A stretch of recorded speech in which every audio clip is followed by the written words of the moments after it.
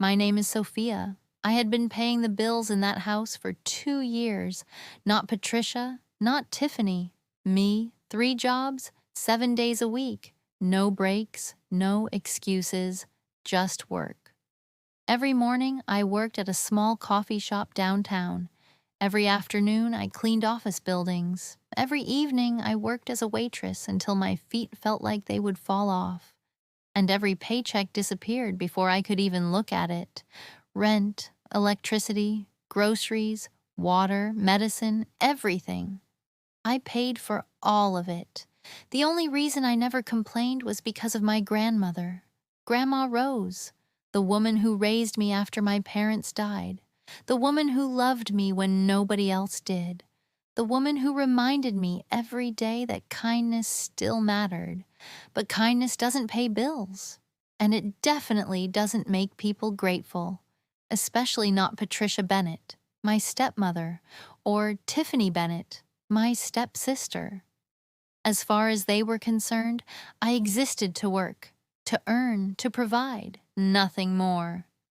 That morning had started like every other. I arrived at the coffee shop before sunrise. The city was still waking up. The streets were quiet. The air was cold. And across the street, sitting on the same wooden bench he always occupied, was Ethan. I smiled before I could stop myself. For months now, Ethan had been part of my mornings. Nobody knew him. Nobody spoke to him. Every day he sat on that bench, staring at the massive glass building across the road. Always serious, always angry, always carrying the weight of the world on his shoulders. The first time I brought him coffee, it was because he looked miserable.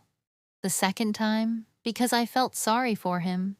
The third time, because I wanted to. Now it was simply our routine. I crossed the street carrying a paper cup. Ethan noticed me immediately. He always did. Morning, he accepted the coffee. "You bought this again." "You say that every day." "Because you buy it every day." I rolled my eyes. "And you drink it every day." That almost smile appeared, the one he tried so hard to hide, my favorite smile. Fair point. For a few minutes we sat together, the city slowly coming alive around us.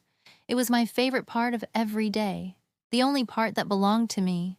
Not Patricia, not Tiffany, not my jobs, just me and Ethan. "You look tired," I laughed. "I am tired." "You looked tired yesterday, too." "I was tired yesterday."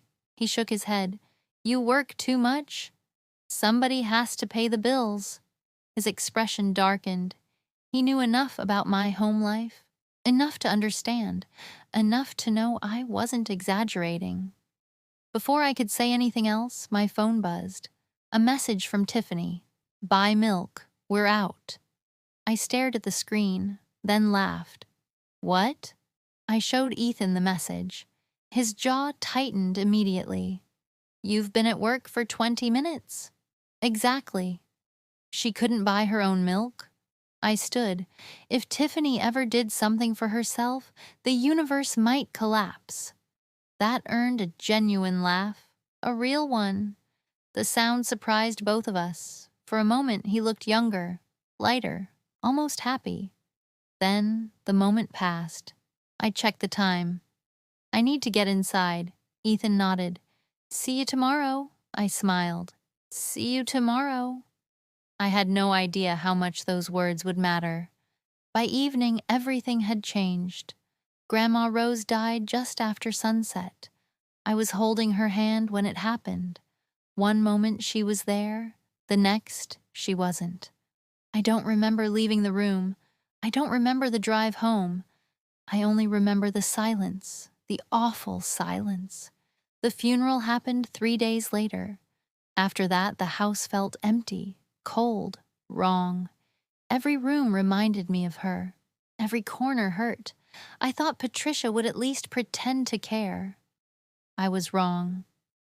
3 nights after the funeral, I returned from my restaurant shift just before midnight. The moment I walked through the door, I knew something was wrong. Patricia and Tiffany were waiting in the living room. Neither looked sad, neither looked tired. They looked excited. Patricia gestured toward the sofa. "Sit down." I stayed where I was. "I've had a long day." "This won't take long," Tiffany smirked. "Oh, I think you'll like this." I already didn't. Patricia lifted a photograph from the coffee table. A man, gray hair, expensive suit, at least 60 years old, maybe older. "What is this?" Patricia smiled. "This is Harold Whitmore." I stared at the picture. "And he wants a wife." My stomach dropped, slowly, painfully, like a stone sinking through water. No, Patricia's smile disappeared. I didn't even finish. "You don't need to." Tiffany rolled her eyes. "Don't be dramatic." I looked at them, then back at the photograph, then at them again. "You want me to marry him?" Patricia folded her arms. "He is wealthy." "I don't care." "He can provide for you." "I don't care." "He can provide for all of us." There it was, the truth. Finally. I laughed, not because it was funny, because it was unbelievable. "You already accepted money, didn't you?" Patricia didn't answer, which was answer enough. "You sold me." Her expression hardened. "Watch your tone. You sold me." "I secured your future." "No," I shook my head. "You secured yours." Patricia stood. "Enough." "No." For the first time in years, I refused to back down. "No." The word echoed through the room. Tiffany stared. Patricia stared. Even I was surprised. "You will marry him." "No." "You owe this family." "I paid for this family." The room went silent. Patricia's face twisted. "What did you say?" I stepped closer. "I paid the rent." Closer. "I paid the bills." Closer. "I paid for groceries." Closer. "I paid for everything." Patricia slapped me. The sound echoed through the room. For a second, nobody moved. Then I slowly looked back at her. My cheek burned. But something inside me had finally broken, or maybe healed. I wasn't sure. "I still won't marry him." Patricia stared at me, then suddenly laughed. A cruel laugh, a dangerous laugh. "Fine." She marched upstairs. Moments later, she returned, dragging my suitcase, then another bag, then another. My heart sank. "Patricia!" She threw everything toward the front door. "If you won't help this family, get out." I blinked. "What?" "Get out." Tiffany smirked. "Finally." I couldn't believe what I was hearing. "I paid the rent. And your name isn't on the lease." I looked around the house I had sacrificed everything for, the house I had kept alive, the house Grandma loved. "You can't be serious." Patricia opened the front door.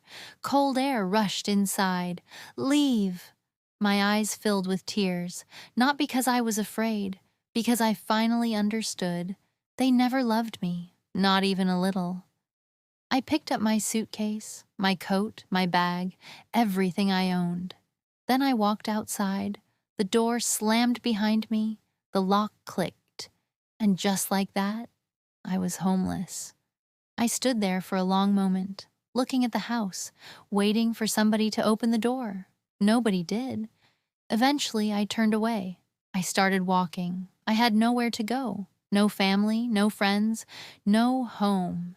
Except, my thoughts drifted toward Ethan, the only person who had ever asked if I was okay, the only person who noticed when I was exhausted, the only person who treated me like I mattered. Without realizing it, my feet carried me downtown, toward the coffee shop, toward the bench, toward Ethan. When I finally arrived, I looked across the street. The bench was empty. My heart sank immediately. No Ethan, no familiar dark jacket, no blue eyes, nothing. I sat down anyway, trying not to cry, trying not to think. Then I heard it, a groan, soft, painful. coming from the alley beside the coffee shop. I froze, then stood. Ethan? No answer. I moved toward the sound, one step, then another. My pulse quickened. The alley was dark, almost completely hidden. Then I saw him, lying on the ground, motionless. Ethan! I dropped my suitcase and ran. His face was bruised, his lip was bleeding, his clothes were dirty. For one terrifying second, I thought he was dead. Then I found a pulse, weak, but there. Relief nearly knocked me over. Using napkins and bottled water from my bag, I cleaned the blood from his face. Minutes passed. Then his eyes finally opened. Blue, confused, tired. Sophia? I laughed and cried at the same time. You idiot. His lips twitched. You found me. You were unconscious. I've been worse. No, you haven't. That earned a weak smile. Eventually he sat up, slowly, painfully. I noticed his pockets had been turned inside out. His wallet gone, his phone gone, his watch gone. Mugged? He nodded. Looks like it. I sat beside him. Neither of us spoke for a moment. Then he noticed my suitcase, my eyes, my expression. What happened? This time I couldn't stop the tears. My grandmother died. His face fell, and Patricia threw me out. The silence that followed hurt more than words. Finally he spoke. You have nowhere to go. I shook my head, then looked at him. You? A bitter smile appeared. Apparently not. That made me laugh. Somehow, despite everything, I laughed. An hour later, we sat in a tiny restaurant eating the cheapest meal on the menu. One sandwich, one basket of fries, 2 cups of tea. I used almost all the money I had left. Neither of us cared. For the first time all night, things felt okay, almost normal. Then the waitress approached. We're closing. Reality returned immediately. We thanked her, finished the last of our tea, and stepped outside. The city was quiet now, the streets nearly empty. Cold wind rushed between the buildings. Ethan shoved his hands into his pockets, then stopped. There was nothing in them, no wallet, no phone, nothing. I tightened my grip on my suitcase. Everything I owned was inside it, which wasn't much. We stood there for a moment, just looking around. Then Ethan spoke. You should get home. The words hung in the air. Both of us froze, because there was no home. Not for him, not for me. A sad laugh escaped my lips. I can't. Ethan looked away. Neither can I. The restaurant lights switched off behind us, one by one, darkness settling around the street. Suddenly, the reality hit both of us.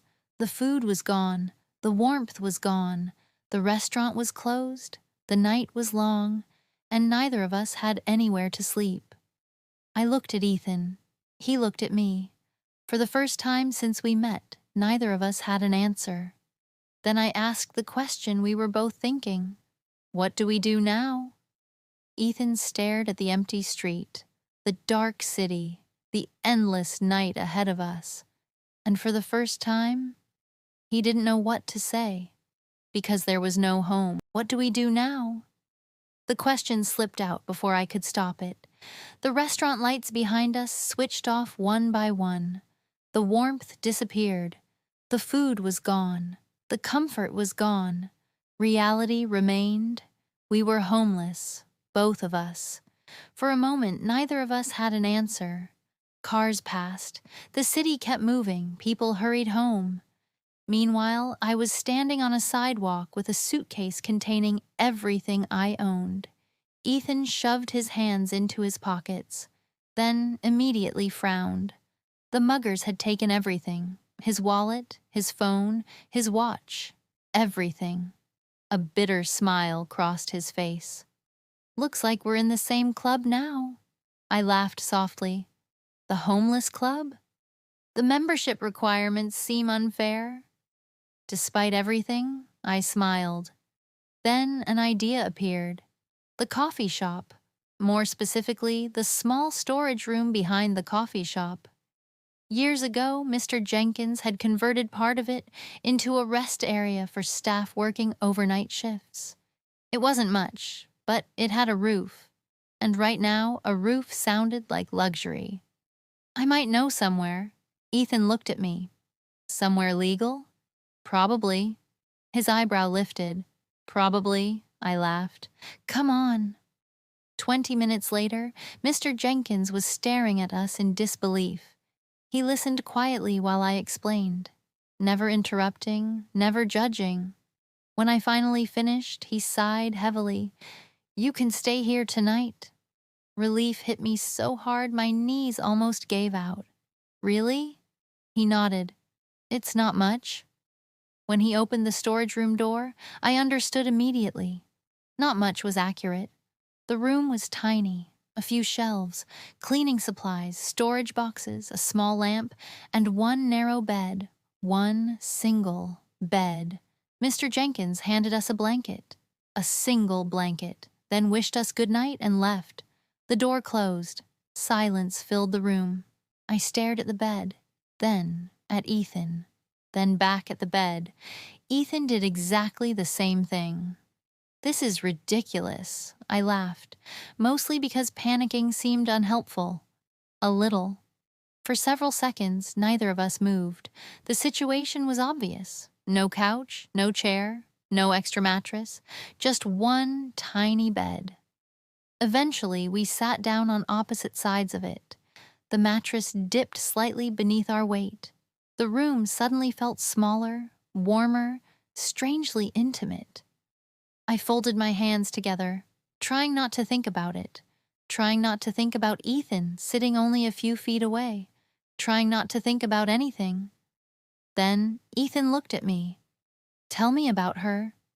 I didn't need to ask who. Grandma. My chest tightened instantly. For a moment I stared at my hands. Then the words started coming. And once they started, they wouldn't stop. I told him everything. How she raised me after my parents died. How she taught me to bake. How she always carried candy in her purse. How she never forgot a birthday. How she worked herself to exhaustion so I could have opportunities she never had. I told him about movie nights, about burnt cookies, about long talks in the kitchen, about every little memory I was terrified of forgetting. The more I talked, the harder it became. My voice cracked, then cracked again, and suddenly tears were falling down my face. I looked away immediately, embarrassed, humiliated, weak. But Ethan didn't pretend not to notice. Instead, he moved closer, slowly, carefully, as though giving me every opportunity to stop him. Then his arm wrapped around my shoulders. That was all it took. The moment I felt his arm around me, I broke. Completely. I leaned into him and cried. Not the polite tears I'd shown people at the funeral. Real tears, painful tears, the kind that come from losing the person you love most. Ethan didn't tell me everything would be okay, didn't offer empty promises. He simply held me, one hand brushing gently through my hair, the other wrapped securely around me, steady, patient, safe. For the first time since Grandma died, I felt like I could breathe again. Eventually, my tears slowed, then stopped. Only then did I realize I was practically curled against him. Heat rushed into my cheeks. I immediately tried to sit up. Sorry. Ethan looked genuinely confused. For what? I opened my mouth, then closed it again, because I didn't actually know. A small smile appeared on his face, then his eyes drifted somewhere far away. My mother used to make pancakes every Sunday. I blinked. What? His smile softened. The entire house would smell like vanilla. I found myself smiling despite everything. If I slept too late, she'd drag me out of bed. A laugh escaped me. That sounds terrifying. It was. His smile widened slightly. But she always saved the first pancake for me. Something in his voice made my heart ache, not because of the story, because of the sadness behind it, the longing, the loss. "You miss her." His eyes met mine. For a moment he didn't answer. Then he nodded. "Every day." Without thinking, I reached for his hand. Our fingers touched, then stayed that way. Neither of us pulled away. The silence that followed felt different. Not awkward, not uncomfortable, just close. Like somehow two lonely people had finally found someone who understood. Eventually, reality returned. The clock on the wall showed nearly 3 in the morning. I looked at the bed, then at Ethan, then back at the bed. "We should sleep." His eyes followed mine. Immediately, both of us looked away. The awkwardness returned at full force. I swallowed, hard. The truth was simple. I had never shared a bed with a man before, not once, not ever, and now there was no alternative. No couch, no floor space, nothing, just the bed. My heart started beating faster. This was ridiculous, absolutely ridiculous. We were homeless, exhausted, emotionally destroyed, and somehow I was worried about sleeping beside Ethan. Eventually, exhaustion won. I climbed onto one side of the mattress. Ethan climbed onto the other. The bed immediately felt too small, far too small. We both faced the same direction, determined to create as much distance as possible, which wasn't much. The room went quiet. I closed my eyes, trying to sleep, trying not to think, trying not to notice Ethan behind me, his warmth, his breathing, his presence. It didn't work. My body seemed painfully aware of him, which made absolutely no sense. How could I feel like this about someone I barely knew? Then again, maybe I didn't barely know him. Maybe months of coffee and conversations had become something more without either of us noticing. The thought made my heart race even faster. A cold draft slipped through the room. I shivered, then again, then a third time. The blanket wasn't enough. The room felt freezing. Behind me, Ethan shifted slightly. "You're cold."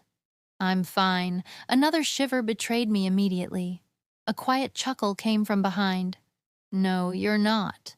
I pulled the blanket higher. It didn't help. A moment later, Ethan spoke again. "Sophia." "Hmm? Trust me." My heart skipped. Before I could ask what he meant, his arm settled gently around my waist, slowly, carefully, giving me every opportunity to move away. I didn't. Then he moved closer. His chest pressed lightly against my back. Warmth immediately surrounded me. My entire body went still, not because I was afraid, because suddenly I was aware of everything. The warmth, the strength, the comfort, the safety. Ethan was only trying to keep me warm. I knew that. He was helping, nothing more. So why was my heart racing? Why did my stomach flutter? Why did being held feel like this? I had never experienced anything like it before. My body seemed determined to betray me.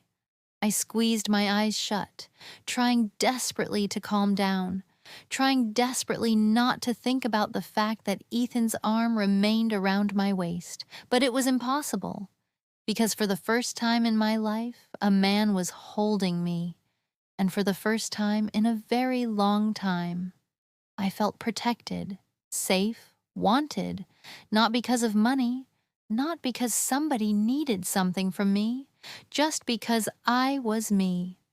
Another cold draft slipped through the room. Ethan's arm tightened slightly. "Better?" A smile appeared before I could stop it. "Much better." Minutes passed, then more. Eventually, my racing heartbeat slowed. Sleep finally pulled me under. The next thing I knew, sunlight was filtering through the small window. For a moment, I forgot where I was. Then I felt it, warmth, solid, steady. My eyes slowly opened and immediately widened. At some point during the night, everything had changed. I wasn't lying in front of Ethan anymore. Somehow I had completely turned around. My head was resting on his chest, one arm draped across his stomach, one leg tangled with his, as if I had spent the entire night holding on to him. Heat exploded across my face. Oh my God, what was I doing? I should move, immediately, right now, but before I could, a deep voice rumbled beneath my cheek. "Good morning, Sophia." I froze, completely. My eyes slowly lifted and found Ethan already awake, looking down at me, amused, aware, and very much enjoying my embarrassment. Ethan was already awake, looking down at me, amused, aware, and very much enjoying my embarrassment. For a moment, my brain completely stopped working. My head was on his chest. My arm was draped across his stomach. One of my legs was tangled with his, and somehow Ethan looked perfectly comfortable. Meanwhile, I was seconds away from dying. "Good morning, Sophia." The smile in his voice made everything worse. My face burned. "Ethan, morning? You were awake?" "A few minutes." My eyes widened. "A few minutes?" His smile grew. I immediately tried to sit up. The blanket tangled around my legs. A second later, I almost fell off the bed. Ethan caught my wrist. For one ridiculous moment, our eyes locked. My pulse immediately betrayed me. Again, I quickly pulled my hand back. "Sorry." A chuckle escaped him. "There you go again." "What?" "Apologizing." I opened my mouth, then closed it. Because he wasn't wrong. A knock interrupted us. The door opened. Mr. Jenkins walked in carrying 2 coffees and a paper bag. I jumped away from Ethan so quickly that Mr. Jenkins looked confused. Ethan looked like he was fighting for his life not to laugh. I silently promised revenge. Mr. Jenkins handed us breakfast, coffee, muffins, sandwiches. I stared at the food. My eyes immediately stung. "You really don't have to do this." "I know." The kindness nearly made me cry. Again. After he left, Ethan handed me one of the coffees. "You're emotional." "My life is falling apart." Fair point. That earned a laugh. And somehow the day started feeling a little brighter. We spent the morning helping around the coffee shop. I took orders, served customers, cleaned tables, made coffee. Meanwhile, Ethan carried boxes, stocked supplies, and helped wherever he could. What surprised me most was how good he was with people. Customers liked him immediately. Children liked him. Even grumpy customers seemed to calm down around him, which made absolutely no sense because Ethan always looked like he wanted to start a war with the world. Around lunchtime, Mr. Jenkins called me into his office. My stomach immediately tightened. Had I done something wrong? I knocked softly. "You wanted to see me?" Mr. Jenkins smiled. "Relax." That didn't help. I sat down, then waited. Mr. Jenkins folded his hands together. "I've been thinking." Dangerous words. "I need someone to manage the morning shift permanently." I blinked. "What?" "You." I stared, certain I had heard him wrong. "Me? You already do half the work anyway." I laughed nervously. Mr. Jenkins didn't. He was serious, completely serious. "You know the customers," he continued. "You know the business. You work harder than anyone I've ever hired." My eyes immediately filled with tears. Again, apparently that was my personality now. "Mr. Jenkins." He held up a hand. "I'm not finished." My heart started racing. "The position comes with a raise." A raise, a real raise. Not a few extra dollars, a proper raise. For the first time since Grandma died, I felt something I hadn't felt in days. Hope. Then Mr. Jenkins opened a drawer, pulled out an envelope, and slid it toward me. I frowned. "What is this?" "An advance." My eyes widened. "No." Yes, no, yes. I pushed the envelope back. I can't. He pushed it toward me again. You can. It feels wrong. It isn't charity. I hesitated. It isn't? No. He leaned forward. It's an investment. I stared at him. You'll pay it back by showing up every morning and proving I made the right decision. My eyes burned, because somehow that was even kinder. Eventually I accepted. When I looked inside, my breath caught. It wasn't a fortune, but it was enough. Enough to breathe, enough to start over, enough to imagine a future. I almost cried again. Definitely my personality now. When I walked out of the office, Ethan immediately noticed.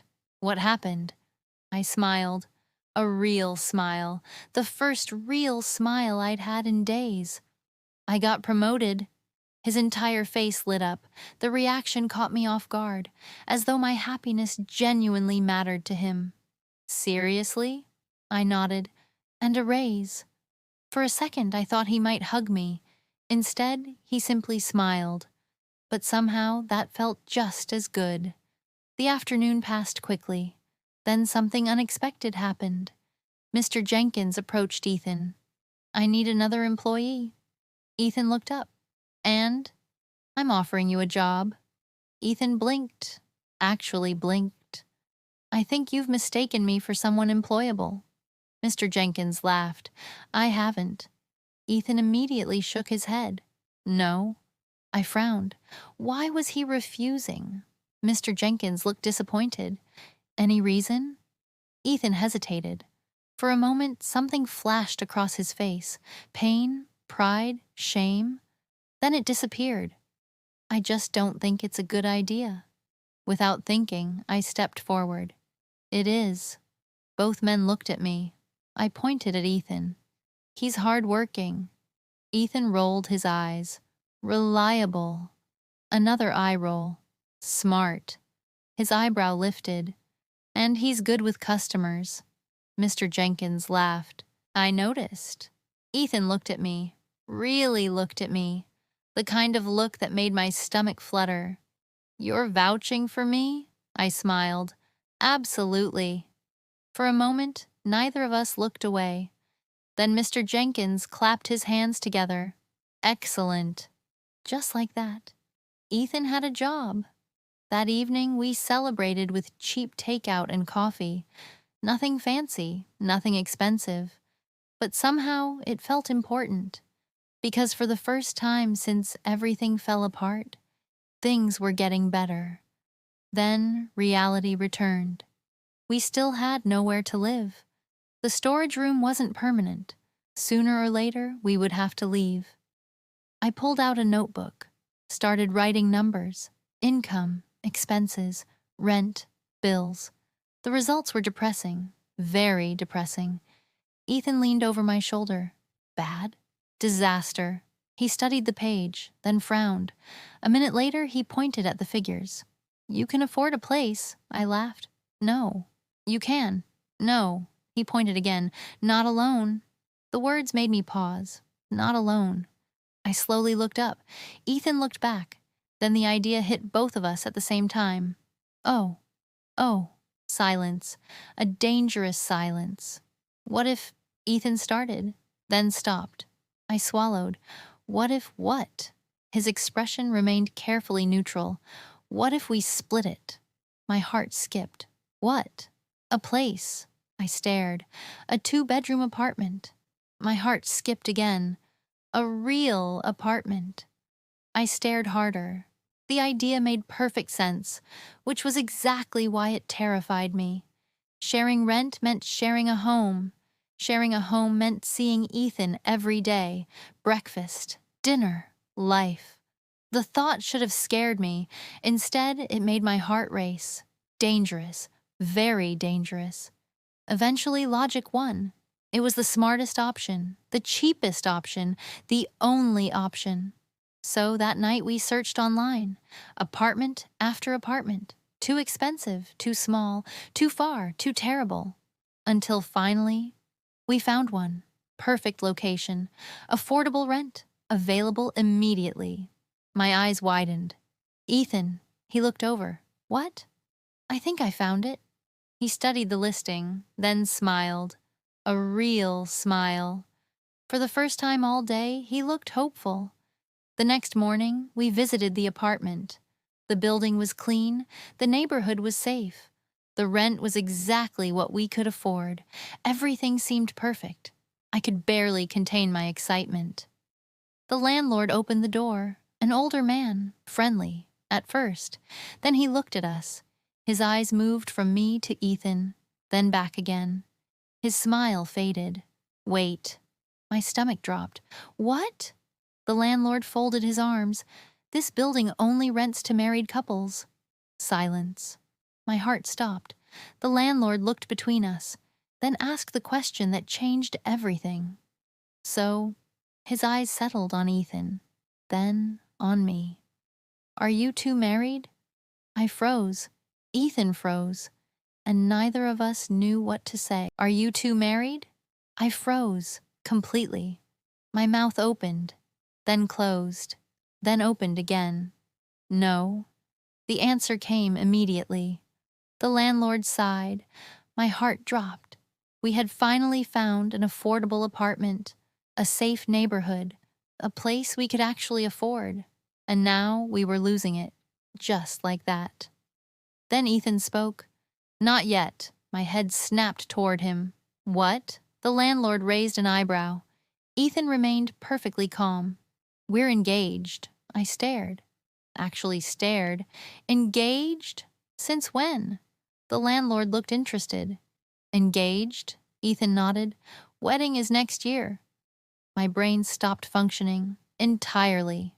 The landlord's eyes moved toward me, waiting, expecting confirmation. I should tell the truth. Immediately. Instead, Ethan's hand found mine, warm fingers sliding between mine. A silent message. Trust me. The same words he had whispered when he wrapped his arms around me on that freezing night. My heart skipped. I forced a smile. Yes. The landlord immediately relaxed. A young couple starting out. Young couple. I was going to die. The landlord smiled. That changes things. Relief hit me instantly. We had done it. The landlord unlocked the apartment and stepped inside. The second his back turned, I rounded on Ethan. Engaged, I whispered. Ethan looked completely unbothered. It worked. That's not the point. It is exactly the point. I glared. He smiled. The smile made my argument significantly harder. Then suddenly the landlord turned around. Too quickly. His eyes narrowed slightly. Suspicion. My stomach dropped. He wasn't convinced. Not completely. The landlord folded his arms. How long have you been together? Panic. Complete panic. My brain searched desperately for an answer. Nothing came. Absolutely nothing. Before I could embarrass myself, Ethan moved. One hand gently cupped my face. My breath caught instantly. The world stopped. His eyes locked onto mine, blue, warm, dangerously close. Then he kissed me, soft, brief, perfectly believable, but long enough to completely destroy my ability to think. The landlord immediately looked away, embarrassed, convinced, mission accomplished. Meanwhile, I forgot how breathing worked. Ethan pulled back. Only a few inches, still close enough that I could feel his breath, still close enough that my heart was losing its mind. His voice dropped lower. Only for me. Sorry. The worst part? He didn't sound sorry. And judging by the way my heart was racing, neither was I. The rest of the apartment viewing passed in a blur. I barely heard anything. Living room, kitchen, bathroom, bedroom. I nodded when expected, smiled when required, pretended I wasn't replaying the kiss every 30 seconds. By the time we signed the lease, my hands were still shaking. The landlord handed us the keys. Congratulations. Heat immediately rushed to my face. I wasn't sure if he meant the apartment or the fake engagement. Probably both. The second we stepped outside, Ethan started laughing. I stopped walking. "You're laughing?" He tried to control himself, failed. "You should have seen your face." "My face?" "Yes. You kissed me. To save the apartment." Of course it was for the apartment. What else could it have been? He barely knew me. We were friends, homeless friends, friends who shared tiny beds because life kept forcing us into impossible situations. Men like Ethan didn't kiss women like me because they wanted to. The thought shouldn't have hurt, yet somehow it did. "You kissed me," I repeated. Ethan smiled. It worked. I rolled my eyes, mostly because looking at him felt dangerous. The rest of the afternoon disappeared in moving boxes. Not that there were many. Everything I owned fit inside a suitcase. Everything Ethan owned fit inside a backpack, and a few shopping bags Mr. Jenkins had helped him put together. Our entire move took less than an hour. When we finally stepped inside the apartment alone, I stopped moving. The place wasn't fancy. The paint was slightly faded. The kitchen was tiny. The furniture consisted of absolutely nothing, but it was ours. For the first time since Patricia threw me out, I had a home. My throat tightened. I blinked rapidly. Unfortunately, Ethan noticed immediately. "You okay?" I nodded. Too quickly. "Yep, Sophia." That one word nearly broke me. I laughed shakily. My voice cracked. I didn't think I'd have this again. His expression softened. He didn't say anything dramatic. Didn't promise everything would be okay. He simply stood beside me, close enough that his shoulder brushed mine, and somehow that was enough. Later, while exploring the apartment, I opened a hallway closet. Inside sat an old folded mattress. I blinked, then smiled. "Ethan." He appeared beside me. "What?" I pointed. His eyes widened slightly. A mattress. Not great, not comfortable, but usable. I immediately knew what he was thinking. "No." His eyebrow lifted. "No. You're not sleeping on that." "I'm not sleeping in your bed." I stared. "Why?" His expression suggested the answer should be obvious. "Because you're Sophia." That was somehow not helpful. And you get the bedroom." I folded my arms. "Ethan." "Sophia, we're not doing this." "We absolutely are," I groaned. He smiled. An hour later, the mattress was in the living room, and Ethan had won. Again.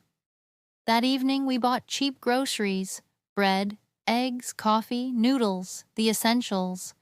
Then we sat on the kitchen floor eating instant noodles because we didn't own a table, or chairs, or anything remotely useful.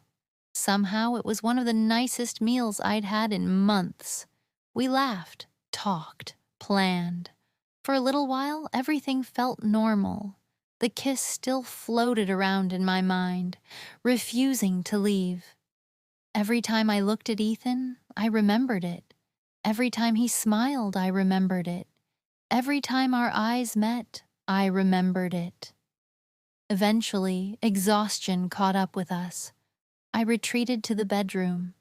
Ethan stretched out on the mattress in the living room. The apartment became quiet. For the first time in days, I slept alone. Unfortunately, my dreams had other plans. I screamed and woke up. Tears covered my face. My chest hurt. The room felt too dark, too empty, too lonely. A second later, the bedroom door opened. "Sophia?" "Ethan."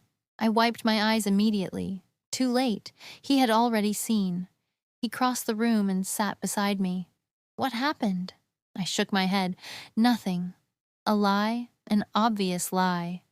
Ethan didn't call me out. He simply sat there, waiting, patient, the way he always did. Eventually, the truth spilled out. I dreamed about her. His expression softened immediately. "Grandma." He knew, without asking, without needing me to explain.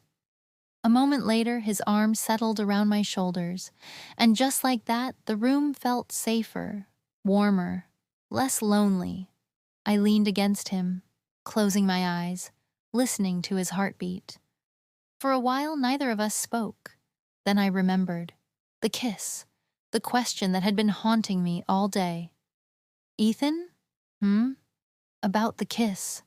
His entire body went still. The atmosphere changed instantly. I felt it. The tension, the awareness, the uncertainty. I lifted my head, looking at him, waiting, hoping. For a moment I thought he might answer. Then Ethan looked down at me, his expression impossible to read, and said only 4 words. "Go to sleep, Sophia." My heart sank, just a little, because somehow no answer felt like an answer. Eventually, I drifted back to sleep. The next morning, sunlight filtered through the curtains. I woke slowly. For a moment, I forgot where I was. Then I remembered. The apartment, the kiss, Ethan. My heart immediately betrayed me. Again. I sat up. The bedroom was quiet. Too quiet. Then I heard a voice, low, serious, coming from the living room. I frowned, then quietly climbed out of bed. The apartment was still dim, the sun barely rising. I stopped near the doorway. Ethan stood beside the window, a phone pressed against his ear. A phone. My stomach tightened. The muggers had stolen his phone, so where did that one come from? His back faced me, his voice low, controlled, different. "I told you not to call me." A pause. His shoulders stiffened. "What do you mean Victor knows?" My breath caught. Victor! Who was Victor? Before I could think further, Ethan turned. Our eyes met instantly. For a fraction of a second, surprise flashed across his face. Then the call ended. The phone disappeared into his pocket. Neither of us said anything, neither acknowledged what had happened. Instead, Ethan smiled, a little too casually. "Morning," I smiled back, a little too casually. "Morning." The tension lingered, quiet, unspoken. We made coffee, made breakfast, pretended everything was normal. Neither of us seemed willing to address the obvious. Eventually, Ethan set down his coffee. "Sophia." My heart immediately started racing. "What?" For the first time since I'd met him, Ethan looked nervous. Actually nervous. His fingers tapped lightly against the mug. His jaw tightened, then relaxed. About the kiss. Everything inside me froze, because this was what I had been waiting for, and dreading, all night. Ethan held my gaze. "You asked me if it was only for the apartment." I nodded, barely. My pulse hammered inside my chest. A long silence followed. Then Ethan exhaled slowly. "It wasn't." My breath caught. The apartment disappeared. The coffee disappeared. Everything disappeared. Only Ethan remained. "It wasn't for the apartment." His voice was calm, honest, raw. "I wanted to kiss you." My heart skipped, then skipped again, because hearing the words out loud somehow felt completely different. "I've wanted to for a while." For one beautiful second, hope exploded inside my chest. Then Ethan looked away, and everything changed. The warmth faded from his face, not because of me, because of whatever burden he carried, whatever secret haunted him, whatever made him stare at that building every morning. When he looked back at me, there was sadness in his eyes, the kind that hurt to see. "Sophia." My stomach tightened. "I have a lot of baggage." I tried to smile. "I think everyone does." A small, humorless laugh escaped him. "No." His eyes lowered. "You really don't understand." The room suddenly felt colder. Ethan stared into his coffee for several seconds, as if searching for the right words. Then finally, "If things were different." His voice trailed off. My heart began sinking, slowly, painfully. "If things were different, I'd ask you out." The words should have made me happy. Instead, they hurt, because of everything that came after. But they're not. My chest tightened. Ethan rubbed the back of his neck, frustrated, angry, mostly at himself. I don't want to drag you into my problems. I said nothing, couldn't, because suddenly I understood where this was going, and I hated it. You deserve better than that. There it was, the rejection, soft, kind, wrapped in good intentions, but rejection all the same. Ethan smiled sadly. The truth is, his eyes met mine, and somehow that made it worse. I like you too much to do that to you. Something broke inside my chest, not loudly, not dramatically, quietly, the way hope breaks, because all I heard was, not now, not you, not us. Maybe Ethan meant something else. Maybe he was trying to protect me. Maybe he genuinely believed he was doing the right thing. But sitting there listening to him, it felt like rejection. It felt like disappointment. It felt like losing something before I'd even had the chance to have it. I forced a smile, the kind people wear when they're trying not to cry. I understand. Ethan's expression tightened, as if he knew I didn't, as if he knew I'd heard something different from what he meant. But neither of us corrected it. Neither of us knew how. And suddenly, the apartment felt much bigger, much emptier, much lonelier. Because for one brief moment, I thought maybe Ethan wanted me the way I wanted him. Now I wasn't so sure. I understand. The words left my mouth easily, too easily, because they were a lie, a complete lie. I didn't understand at all, but Ethan seemed relieved when I said them, and somehow that hurt even more. The rest of breakfast passed quietly. Not awkward, not exactly, just different. Something had shifted between us, something important, and neither of us seemed brave enough to touch it. Eventually, we got ready for work. I brushed my hair, put on my uniform, pretended everything was normal. Pretended Ethan hadn't just admitted he liked me. Pretended he hadn't immediately followed that confession by explaining why nothing could happen between us. By the time we left the apartment, my chest already hurt. The morning air was cool, the city slowly waking around us. For a while we walked in silence. Then Ethan glanced toward me. You okay? I forced a smile. Of course.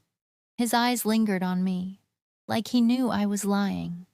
Then thankfully we reached the next intersection. Unfortunately, fate had other plans. Ethan? The female voice stopped both of us immediately. I turned, and instantly wished I hadn't.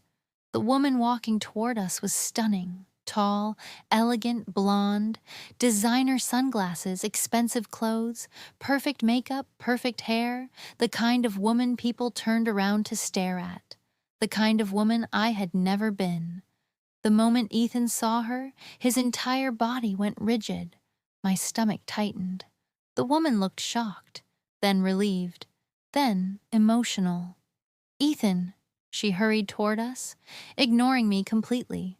Her eyes never left him. I can't believe it's really you. Ethan looked uncomfortable. Actually uncomfortable. The woman stopped in front of him, studying his face, the fading bruises, the cheap clothes, the exhaustion. Confusion crossed her expression, then concern. Where have you been? Silence. Long silence. Too long. Finally, Ethan spoke. Isabella. My heart dropped, not because of what he said, because of how he said it. He knew her very well. The woman looked ready to cry. You disappeared. Still silence. My chest slowly tightened, because suddenly pieces were clicking together. The secrets, the phone, Victor, the building, the life Ethan never discussed. And now this woman, this beautiful woman, standing in front of him like she belonged there, like she belonged in his life. The woman finally noticed me. Her eyes moved toward me, then back to Ethan. A strange expression crossed her face. Who's she? Something about the question bothered me immediately. Not the words, the tone. As if I wasn't important. As if I was temporary. As if I didn't matter. Before I could answer, Ethan spoke. Sophia, nothing else, just Sophia. My stomach sank. The woman nodded slowly, then looked back at Ethan. We need to talk. Every instinct inside me screamed the same thing. Leave immediately. I forced a smile. I should get to work. Neither of them stopped me, which somehow hurt more than anything else. I turned around and walked away. The entire walk to the coffee shop felt longer than usual. My chest felt tight, heavy, stupid. Because what exactly had I expected? Ethan had already told me. He had baggage, he had secrets, he had a past. Of course, that past included women. Women like Isabella. Beautiful women, sophisticated women, women who belonged in Ethan's world. Not women like me. By lunchtime, I had convinced myself of something. The reason Ethan didn't want a relationship wasn't because of baggage. It wasn't because he was protecting me. It wasn't because of his problems.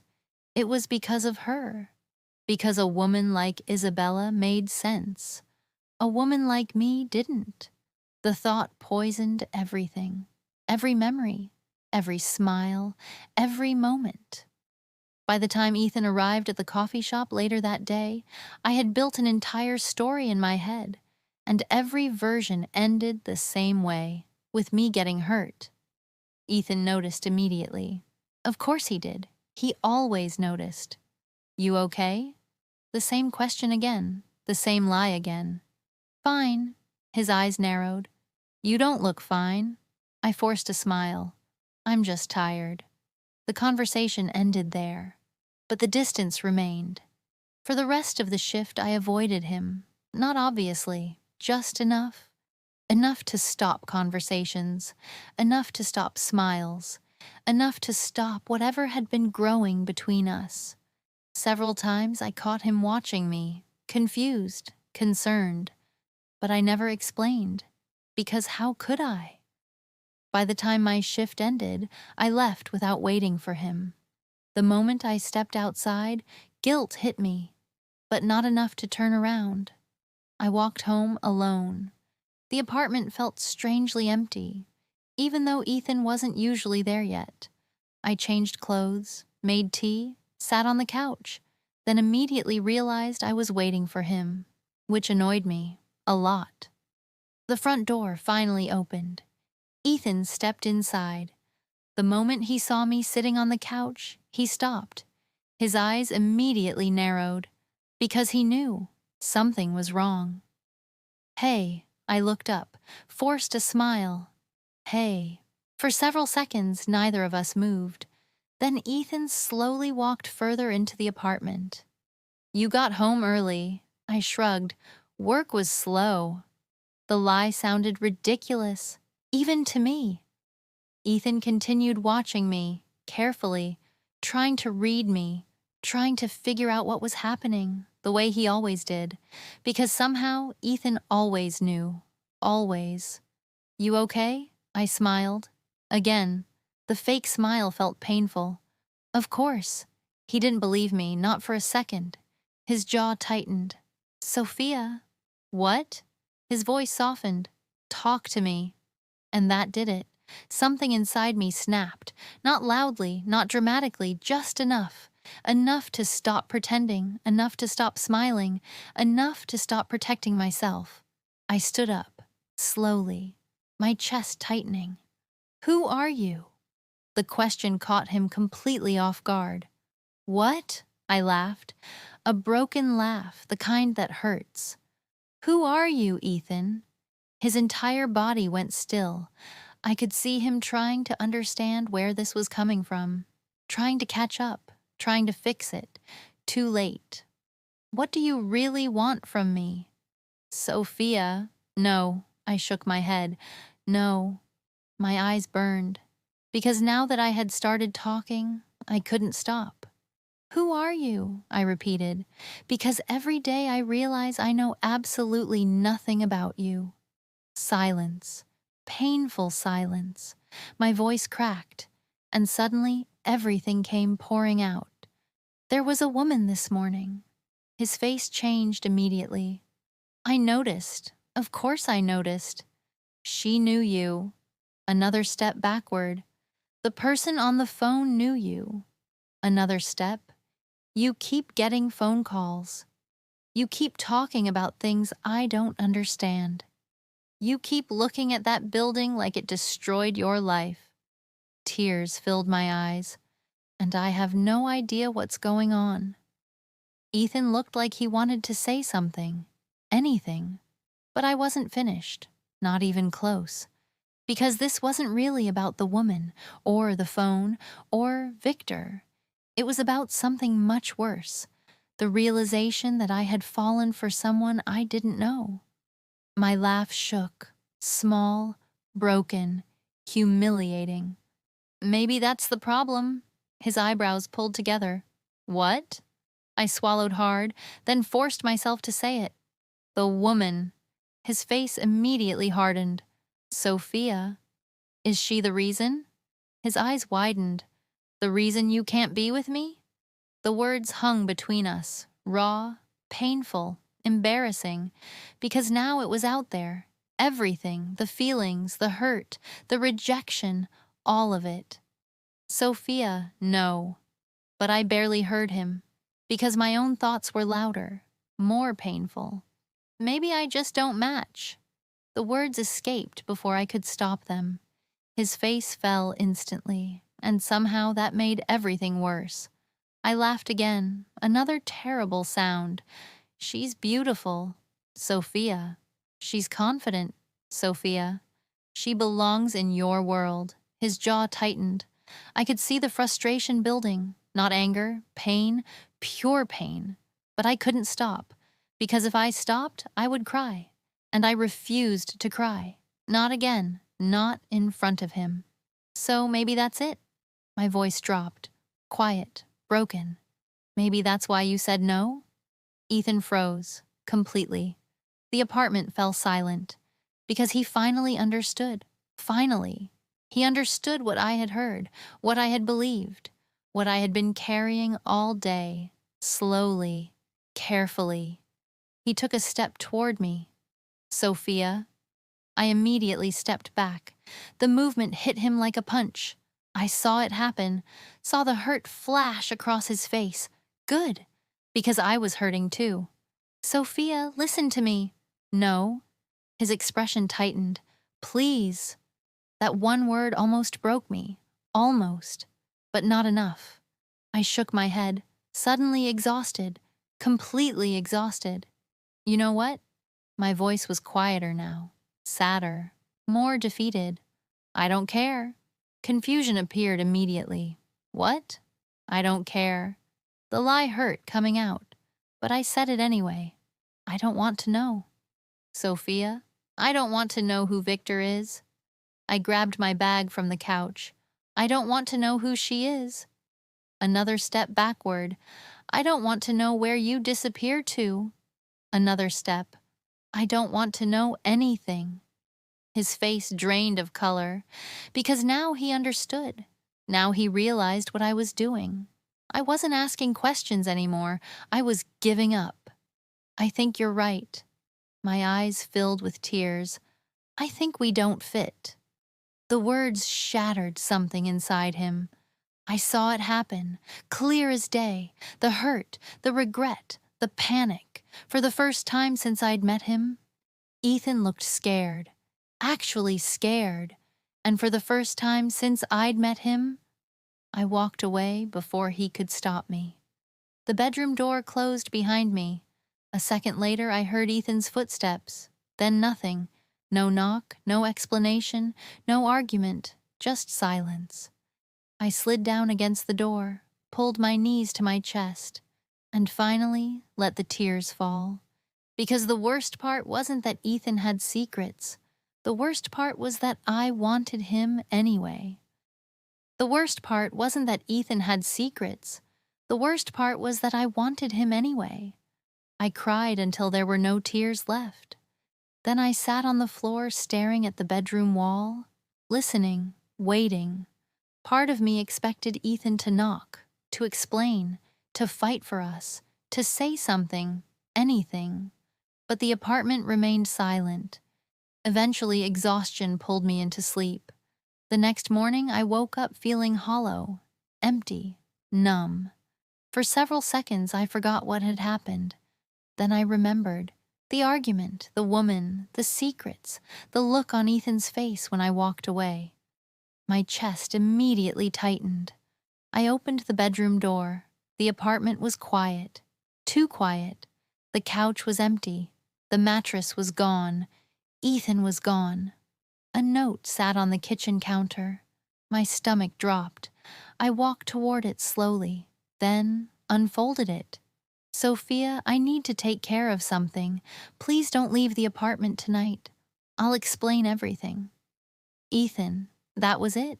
No answers, no explanation, just more waiting, more secrets, more trust that I was expected to give without receiving anything in return. The day dragged. Every minute felt longer than the one before. At work, I barely spoke. I dropped a tray, forgot 2 orders, burned my hand on a coffee machine. Mr. Jenkins noticed immediately. "You look terrible." "Thank you. I'm serious." I forced a smile. "I'm fine." "No, you're not," I laughed. A small, broken laugh. Apparently everyone could tell these days. By evening, I was exhausted. Not physically, emotionally. The apartment felt colder when I walked inside. I made tea, sat on the couch, and waited. 7 o'clock, nothing. 8 o'clock, nothing. 9 o'clock, still nothing. Anger slowly replaced disappointment. Because of course Ethan wasn't here. Of course there was another secret, another delay, another thing I wasn't allowed to understand. Then the lock clicked. I stood immediately, my heart reacting before my brain could stop it. The door opened, and everything inside me stopped. The cheap clothes were gone, the worn sneakers were gone, the old jacket was gone. In their place stood a stranger, a perfectly tailored black suit, an expensive watch, polished shoes, confidence, authority, power. For one terrifying second, I genuinely didn't recognize him. Ethan closed the door, slowly, carefully, like he knew everything was about to change. "What is this?" My voice barely sounded like mine. Ethan exhaled. "The truth." My stomach dropped. The room suddenly felt too small, too quiet, too warm. "The truth?" He nodded, then reached into his briefcase and placed a newspaper clipping on the table. My hands trembled as I picked it up. My breath caught. The photograph showed Ethan standing in front of Blackwood Industries, surrounded by reporters, luxury cars, cameras, executives. The headline beneath it read, "Ethan Blackwood to become youngest CEO in company history." No, the word escaped before I could stop it. No, I looked at the picture, then at Ethan, then back at the picture again. No, because suddenly everything made sense. The building, the phone calls, Victor, the woman, the secrets, everything. "My name is Ethan Blackwood." The room spun. I sat down before my legs gave out completely. The man I thought was homeless, the man who slept on a mattress in our living room, the man who shared instant noodles with me on the kitchen floor, was a billionaire. "This isn't funny." "I know." "You lied to me." The hurt flashed across his face immediately. "I know." For several seconds, neither of us moved. Then Ethan sat across from me, not beside me, across, giving me space. "My father built Blackwood Industries." His voice was calm, measured, careful. "When he died, he left the company to me." I listened, silent, frozen. My Uncle Victor believed it should have been his. There it was. Victor. Finally. He spent years trying to push me out. Ethan laughed bitterly. I spent years fighting back. His eyes lowered. 12 months ago, he won. The pain in his voice caught me off guard. Real pain, not fake, not exaggerated, the kind that leaves permanent scars. He convinced the board I wasn't ready. He convinced investors I was reckless. He convinced people I couldn't lead. My chest tightened, because suddenly I remembered Ethan staring at that building every morning. Not with anger, with grief. They took everything. The room fell silent. Heavy silence. I walked away before I became someone I hated. He looked directly at me. So I disappeared. I swallowed hard, trying to process everything. Then Ethan continued. My lawyers never stopped working. I frowned. What? We've been building a case against Victor for months. I stared at him, unable to speak. There were financial records, illegal transfers, bribery, fraud. We needed evidence. We needed witnesses. We needed time. The room became very quiet. The plan wasn't ready. My eyebrows pulled together. What do you mean? Ethan leaned back slightly. I was supposed to stay hidden for at least another few months. Suddenly, everything clicked. The apartment, the fake life, the bench, the secrecy, everything. Then his jaw tightened. The morning Isabella saw me. His voice lowered. The plan changed. My stomach tightened. She would have told Victor. Ethan nodded. Immediately. A humorless laugh escaped him. By lunchtime, he probably already knew where I was. The room fell silent. So I didn't go back because I wanted to. His eyes met mine. I went back because I ran out of time. For several seconds, neither of us spoke. Then another thought surfaced. Isabella, the woman, the beautiful woman, the one who seemed to belong in his world. And her? The question came out smaller than intended. Ethan immediately understood. Isabella was my fiancée. My heart cracked, even though I had expected it. Was? Ethan nodded. She chose Victor. The answer stunned me. What? A humorless laugh escaped him. When Victor took control, she decided he was the better investment. I stared, unable to speak. Then Ethan leaned forward, his eyes locking onto mine. Sophia. The way he said my name made my heart ache. I never lied about the important things. I looked away immediately, because I wasn't ready to hear that. The coffee shop. Silence. The bench. Another silence. The conversations. I squeezed my eyes shut, because those parts had been real. I knew they had. I didn't fake any of that. My chest tightened painfully. I didn't fake caring about you. The room blurred, because this would have been easier if I hated him. Much easier, but I didn't. That was the problem. The only reason I don't regret those months, his voice softened, is because I met you. My heart squeezed painfully, then broke, because somehow that made everything worse. I laughed, a terrible sound, small, broken, and Ethan immediately knew something was wrong. Sophia, I shook my head, slowly. No, confusion crossed his face. No, I stood, needing distance, needing air, needing something, because suddenly I couldn't breathe. You don't get to say that. His face tightened. Sophia, you don't get to stand there and tell me that. My voice cracked. Not after this. The room fell silent. I pointed at him, at the suit, at the watch, at the man standing in front of me, the stranger. You let me tell you everything. The words came out shaking, painfully. You knew about my parents. You knew about Grandma. You knew about Patricia.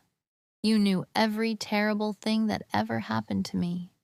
A tear slipped down my cheek. And all this time, my voice broke, I didn't even know your last name. The pain that crossed Ethan's face was immediate. Good, because I was hurting too. You didn't trust me. Sophia, that's not true. Then why didn't you tell me? Silence. 1 second, 2 seconds, 3. Too long, way too long, because there should have been an answer. A simple answer. And there wasn't. I laughed, the sound breaking apart halfway through, because suddenly I understood something worse than the lies, what he thought of me. You never thought I belonged in your world? The words landed like a slap. Ethan froze, completely. You thought I was some poor girl from a coffee shop. Sophia, you thought I'd never understand. More tears. You thought I'd never fit. His face drained of color. Every word was hurting him. Good, because every secret had hurt me. And maybe you're right.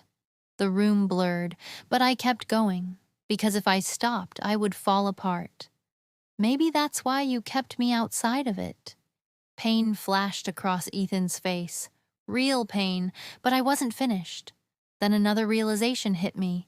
Crueler, sharper, more painful than all the others. Oh my God, Ethan's face tightened.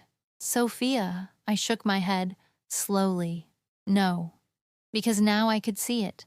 The whole picture, the bench, the apartment, the coffee shop, the mattress, all of it. You weren't building a life with me. The words landed hard. Ethan looked horrified. Actual horror. Sophia, that's not what happened. But it is, my voice cracked. You were hiding. He stopped breathing. You needed somewhere to disappear. Another tear rolled down my cheek. You needed somewhere Victor would never think to look. My throat tightened. And then you found me. Ethan stood, slowly, carefully, like he was afraid any sudden movement would break me completely. Sophia, please listen to me. But I couldn't. Not anymore. You found some girl from a coffee shop. His face drained of color. You needed somewhere safe. I backed away. You needed somewhere normal. Another step. You needed someone who wouldn't ask too many questions because she was too grateful to have anything at all. That one destroyed him. I saw it. The pain, the regret, the shock. But I couldn't stop, because I was already breaking.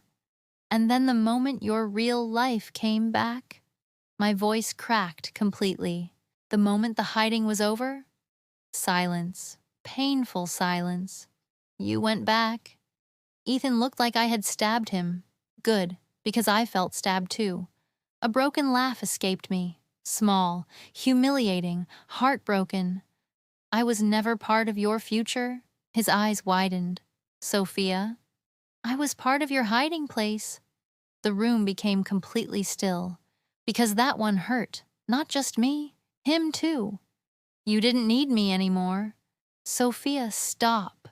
His voice sounded desperate now. Actually desperate, but I couldn't stop, because this was the wound. The real wound, the one beneath all the others. You keep saying you cared about me. Tears blurred my vision. But every single thing you told me tonight proves the opposite.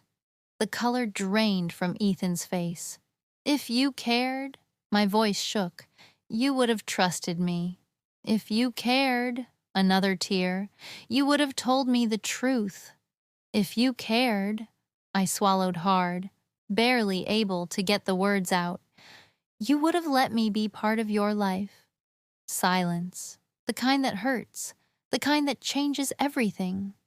Then the final blow came. But you didn't.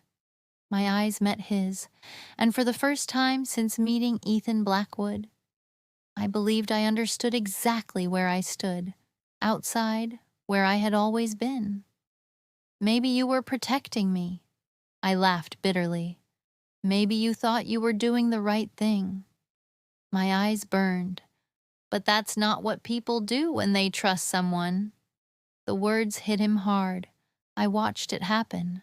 Watched the realization, the regret, the heartbreak. If you loved me, my voice cracked, you would have trusted me. The room became completely still. Ethan looked like I'd physically hit him. If you loved me, another tear, you would have let me choose. For several seconds, neither of us moved. Then I pointed toward the door. The gesture nearly broke him. I saw it happen. The panic, the pain, the disbelief. Sophia, his voice sounded shattered. I looked away, because if I looked at him, I might forgive him. And right now, I couldn't. Leave. The word came out barely above a whisper. Ethan stopped breathing. Sophia, please. My voice broke completely, because this was the last thing I wanted, the absolute last thing, but it was also the only thing I could do. Just leave. For several seconds, neither of us moved. Then Ethan nodded. Once, slowly, like every movement hurt. He turned, walked toward the door, and stopped, just for a second. Like he wanted to say something, like he wanted to fight, like he wanted to stay. Instead, he opened the door and left. The click of the lock echoed through the apartment. And for the first time since meeting Ethan Blackwood, I watched the man I loved walk away. The click of the lock echoed through the apartment. And for the first time since meeting Ethan Blackwood, I watched the man I loved walk away. The silence that followed was unbearable. I stood there, staring at the door, waiting. Part of me expected him to come back, to argue, to fight, to tell me I was wrong, but he didn't. And somehow that hurt most of all. I slowly sank onto the couch, then finally let myself cry. Not because Ethan was a billionaire, not because he lied, because I missed him already. The next morning felt worse. The apartment felt empty. The kitchen felt empty. Everything felt empty. I made coffee, then immediately realized there was nobody to share it with. Nobody sitting across from me. Nobody stealing my toast. Nobody smiling at me over a cup of coffee. The realization hit hard, very hard. 3 days passed. 3 long, miserable days. I threw myself into work, took extra shifts, stayed busy, tried not to think about Ethan, failed completely. Every time the door opened, I looked up. Every time my phone rang, my heart jumped. Every time I passed the bench outside the coffee shop, I slowed down, hoping. On the 4th day, Mr. Jenkins walked into the kitchen holding a newspaper. His expression was strange, concerned, almost impressed. "What?" I asked. He handed me the paper. I looked down and nearly dropped it. The front page showed Ethan, standing in front of Blackwood Industries, surrounded by reporters, lawyers, police officers. The headlines stretched across the page. Blackwood CEO restored after major fraud investigation. My heart stopped. I read every word. Victor Blackwood had been arrested. Several executives had resigned. The board had voted unanimously to restore Ethan's position. The case was everywhere. National news, business news, television, internet, everywhere.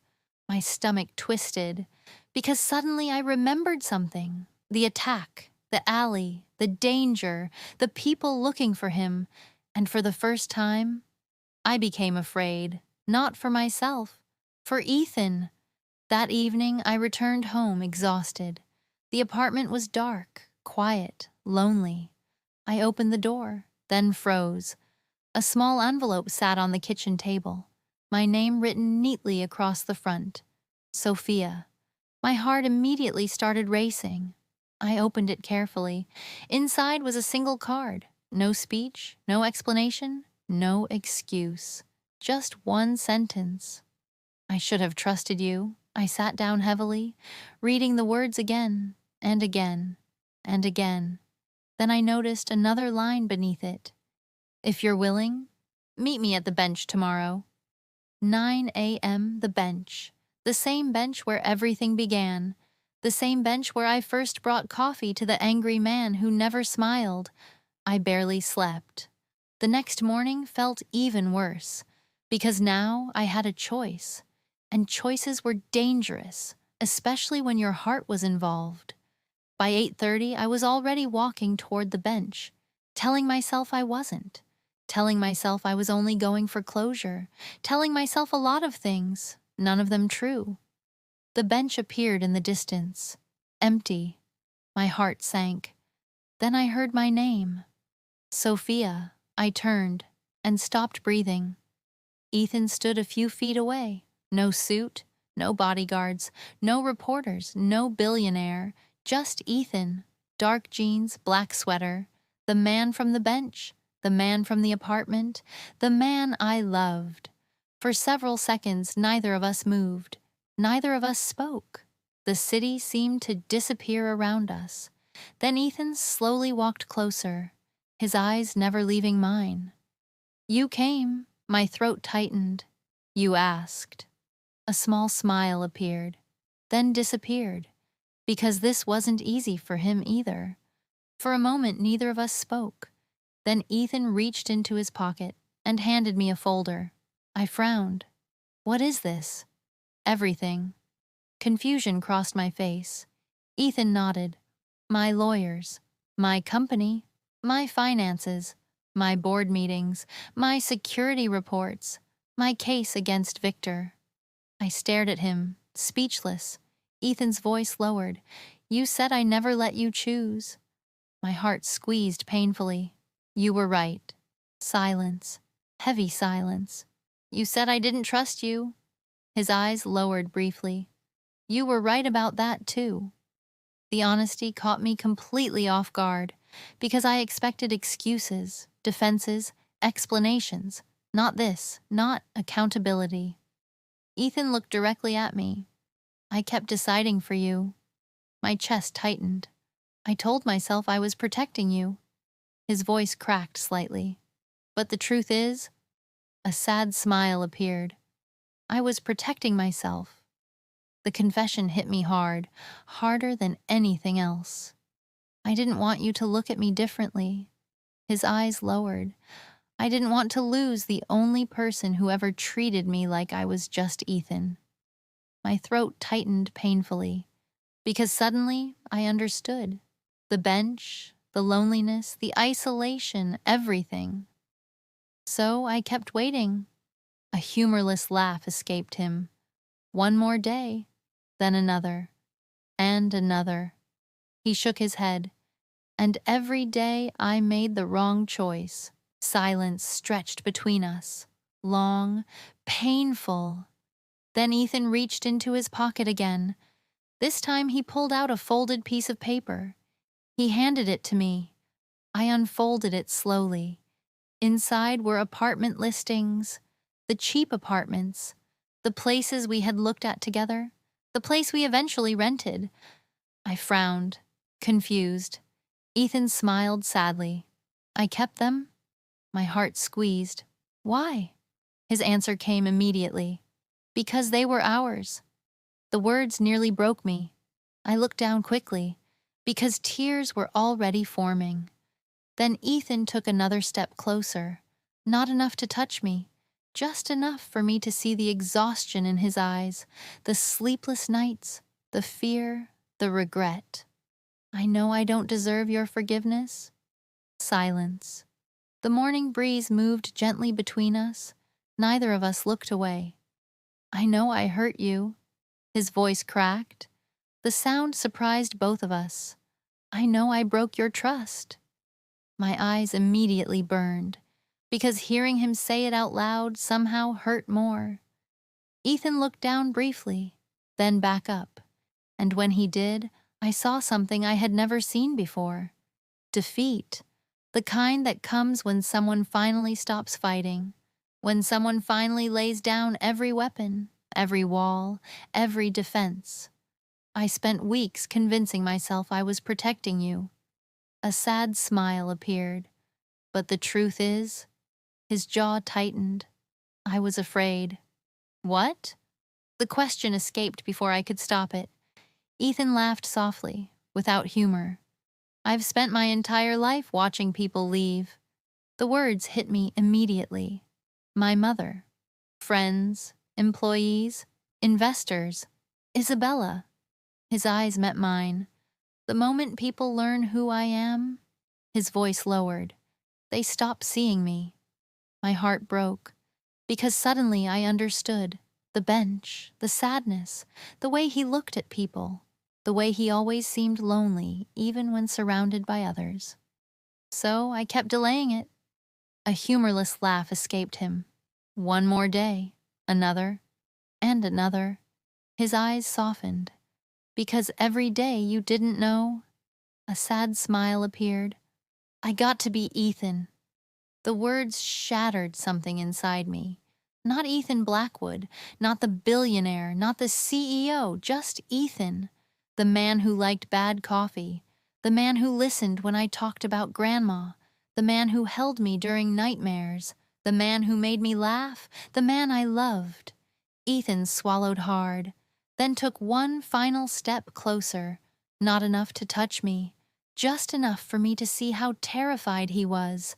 Real fear, not of Victor, not of losing the company. Fear of losing me. I love you. Everything stopped. The city, the traffic, the noise, everything. Only Ethan remained. My heart forgot how to beat. For several seconds, I genuinely couldn't breathe. Ethan's eyes never left mine. I loved you before I knew what to call it. My eyes immediately filled with tears. I loved you when you brought me coffee. A small smile appeared. I loved you when you yelled at me for skipping meals. Another smile. I loved you in that storage room. His voice softened. I loved you every day after. The tears finally escaped, because this wasn't a performance, wasn't a billionaire grand gesture. It was Ethan, completely exposed, completely vulnerable, completely honest, for the first time. I know I don't deserve another chance. His voice cracked. I know I hurt you. Another pause. I know I broke your trust. My heart squeezed painfully, because I could hear how much it cost him to say those words. Then Ethan looked directly into my eyes, not hiding, not pretending, not running. I don't need you to forgive me today. Silence. I don't need you to trust me today. Another silence. I don't even need you to love me today. My chest hurt because I knew what was coming, and because it hurt. A lot.